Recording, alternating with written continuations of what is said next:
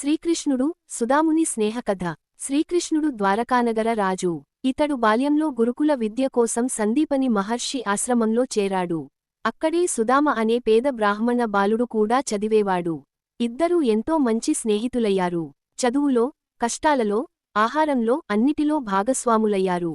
కాలం గడిచింది. శ్రీకృష్ణుడు ద్వారకకు రాజుగా అవతరించాడు. సుదాముడు మాత్రం చాలా పేదవాడిగా బ్రతికేవాడు. అతడి భార్య, పిల్లలతో కలిసి బ్రతుకుబండిని లాగేవాడు.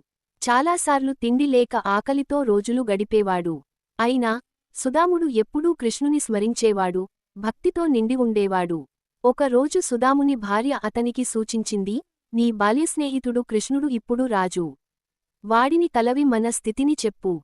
నీవు ఏమీ అడగకపోయినా నేను చూసిన సంతోషంతో ఏదైనా సహాయం చేస్తాడు.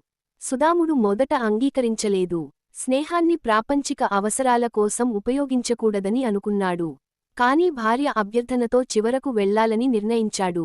సిగ్గుతో కూడిన ప్రేమతో భార్య సన్నగా చేసిన పొయ్యబియ్యం అవలలు గుప్పెడు తీసుకుని దాన్ని చిన్న ముడిగా కట్టాడు. ఇది శ్రీకృష్ణుడికి ఇష్టమైన ఆహారం. సుదాముడు పలుమార్లు కాలిన పాదాలతో, చిరిగిన వస్త్రాలలో దూరం ప్రయాణించి ద్వారక చేరాడు. రాజప్రాసాద ద్వారాల వద్ద తలవంచి నిలిచాడు. అప్పుడు శ్రీకృష్ణుడు విన్నాడు, సుదాముడు వచ్చాడు అని. వెంటనే ఆయన అందరికీ అణగిపోతూ, నగరపు రాజును మరిపించే విధంగా పరుగెత్తి వచ్చి సుదాముని ఆలింగనం చేసుకున్నాడు.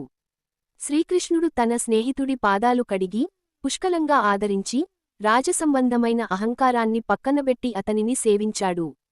ఇద్దరూ గతాన్ని గుర్తుచేసుకుంటూ నవ్వుకున్నారు. అప్పట్లో సుదాముడు తీసుకువచ్చిన పొయ్యబియ్యం చూసి శ్రీకృష్ణుడు ఎంతో సంతోషించాడు. ఇంత రుచికరమైనది నా జీవితంలో ఎప్పుడూ తినలేదు అని అన్నాడు. సుదాముడు ఏమీ అడగలేదు. కాని శ్రీకృష్ణుడు అతడి అవసరాలను అర్థం చేసుకున్నాడు. మరుసటి రోజు సుదాముడు శూన్యహస్తుడిగానే వెళ్ళిపోయాడు. ఇల్లు చేరినప్పుడు సుదాముడు ఆశ్చర్యపోయాడు. తాను వాసిస్తున్న పూర్ణంగూడెం మాడిన ఇంటి స్థానంలో ఇప్పుడు అద్భుతమైన భవనం, ఇంట్లో సంపద, ఆహారం అన్నీ కనిపించాయి. భార్య పట్టు వస్త్రాలు ధరించి ఉండటం చూసి ఆయన కన్నీళ్లతో శ్రీకృష్ణుని కీర్తించాడు. నీతి పదం. ఈ కథ స్నేహం యొక్క నిజమైన అర్థాన్ని తెలియజేస్తుంది. స్నేహం ధనం మీద ఆధారపడదు. నిజమైన ప్రేమ, భక్తి, వినయం కలిగిన మనసు దేవునిని కూడా ప్రసన్నం చేయగలదు.